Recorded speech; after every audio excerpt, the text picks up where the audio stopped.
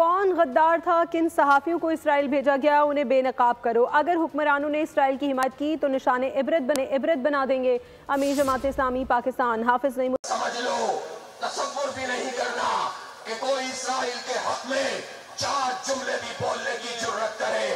सोचना भी नहीं, इबरत का निशान बना देंगे तुम्हें। नेतन्याहू सुन लो, एक एक बच्चे के खून का बदला तुमसे लेंगे इंशाअल्लाह। मैं पाकिस्तान के हुक्मरानों से भी कहता हूँ और पाकिस्तान की अपोजिशन से भी कहता हूँ, तुम्हारे मुंह में छाले क्यों पड़ गए हैं?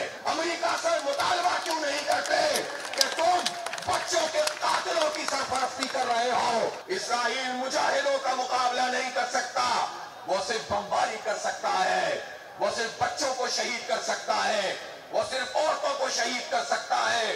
उसने सहाफियों को कत्ल किया है।